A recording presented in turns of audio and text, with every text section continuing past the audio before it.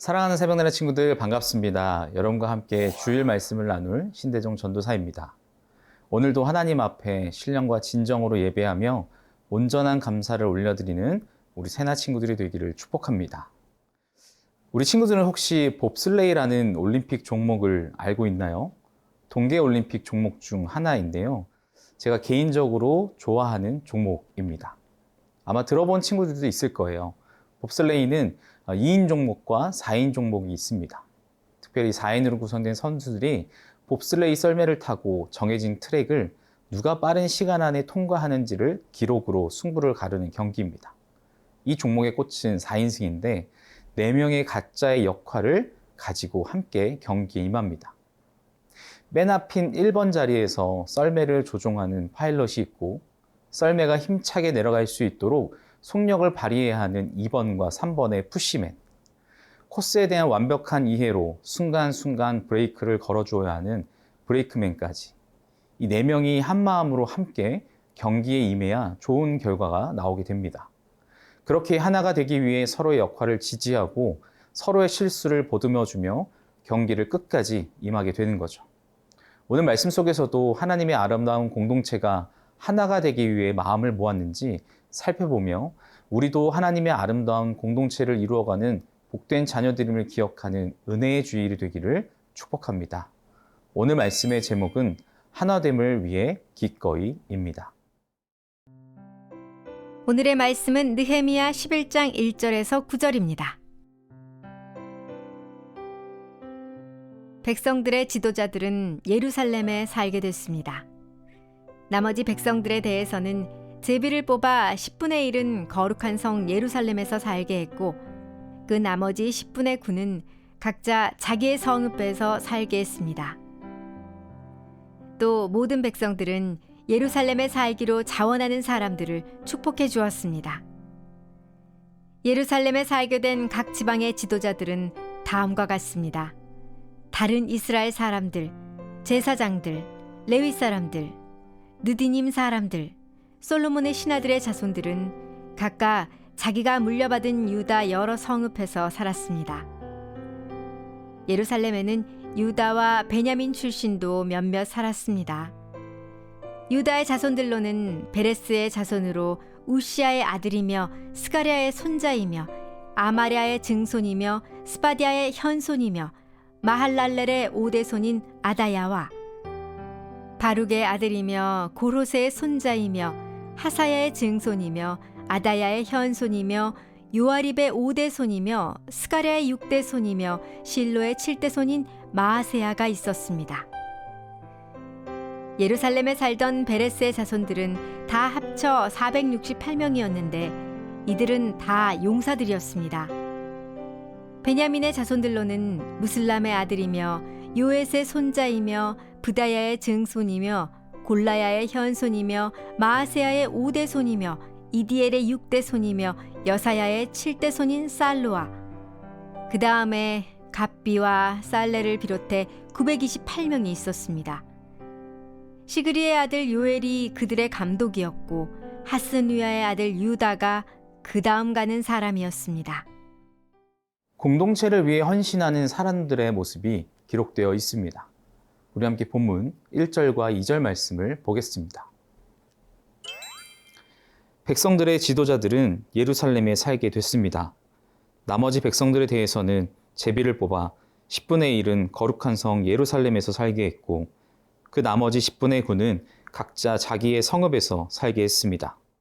또 모든 백성들은 예루살렘에 살기로 자원하는 사람들을 축복해 주었습니다.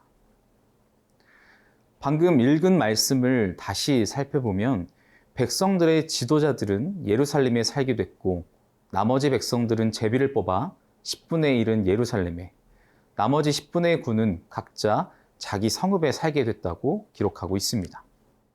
조금 의아하죠? 거룩한 성이라 말하는 예루살렘에 왜 제비를 뽑아서 10분의 1만 남겨두고 10분의 9는 각자 자기 성읍에 살게 했을까요?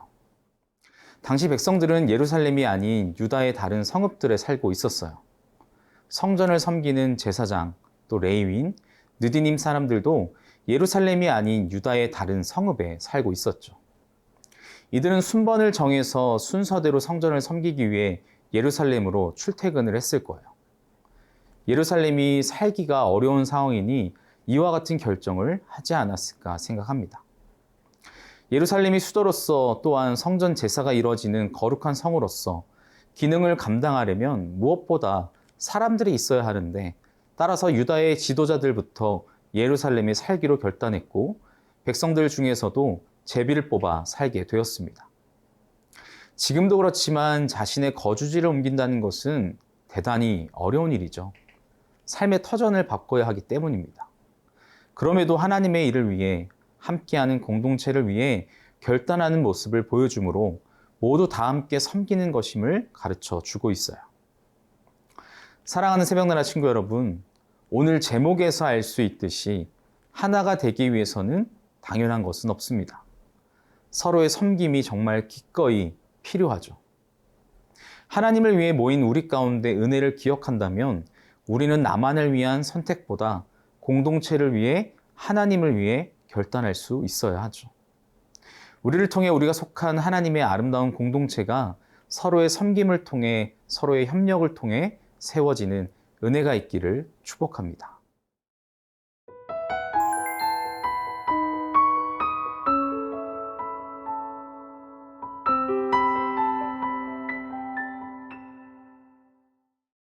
하나가 되기 위해 많은 사람들의 헌신이 필요했고 더더욱 헌신의 자리로 나아간 사람들이 있었습니다. 우리 함께 본문 3절 말씀을 보겠습니다. 예루살렘에 살게 된 각 지방의 지도자들은 다음과 같습니다. 다른 이스라엘 사람들, 제사장들, 레위 사람들, 느디님 사람들, 솔로몬의 신하들의 자손들은 각각 자기가 물려받은 유다 여러 성읍에서 살았습니다. 많은 사람들의 헌신이 필요한 상황 가운데 믿음의 용기를 낸 지도자들이 있었습니다. 실은 하기 싫은 일은 누구나 하기 싫어하기 마련입니다. 모두가 동일하게 생각해서 쉽지 않은 일은 모두에게 어려운 일이 되는 거죠. 그러나 그럼에도 이 믿음의 용기는 기꺼이 하나가 될 수 있도록 내어야 한다는 겁니다. 꼭 기억해야 할 것은 리더십이기에, 지도자들이기에 당연히 해야 하는 것은 아닙니다. 그러나 지도자들이 본이 되는 모습을 보이고 있다는 거죠. 4절부터 9절까지 이르기를 우시아의 아들 아다야, 바루세의 아들 마아세야, 무슬람의 아들 살루, 시그리의 아들 요엘 등 이들을 비롯한 수많은 사람들이 이를 위해 헌신한 족보가 기록되어 있습니다. 이는 그들이 공동체를 위해 믿음의 용기를 낸 사람들이라는 거죠. 어떻게 보면 예루살렘은 유다의 수도일 뿐 이제 겨우 성벽이 재건되었죠. 이제까지 사람들이 많이 살지 않던 폐허나 다름이 없었습니다. 그럼에도 지금까지 살아왔던 터전을 떠나 예루살렘으로 이주하기로 그 결단한 일은 큰 믿음의 결단이 있어야 가능했죠. 그래서 느헤미야도 말씀 가운데 베레스 족속에 대한 468명을 용사라 부르고 있습니다. 이처럼 하나님 나라는 자신의 기득권을 버리고 불편함과 어려움을 감수하고서라도 헌신하는 이들에 의해 그 역사가 이어졌음을 기억해야 하는 거죠. 사랑하는 새벽나라 친구 여러분, 무너진 성벽이 재건되듯이 성전 제사와 백성의 신앙이 재건되는 과정을 보면 크고 작은 헌신이 없었다면 이런 일은 결코 없었을 것입니다. 우리도 하나님을 위해 하나님만을 예배하고 주님의 영광을 선포하는 믿음의 세대가 되어 믿음의 반응을 삶으로 보여주는, 그래서 예수 그리스도를 바로 보여주는 믿음의 새나 친구들 되기를 축복합니다.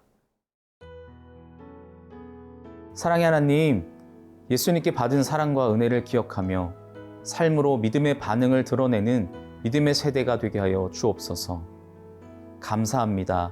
예수님의 이름으로 기도합니다. 아멘.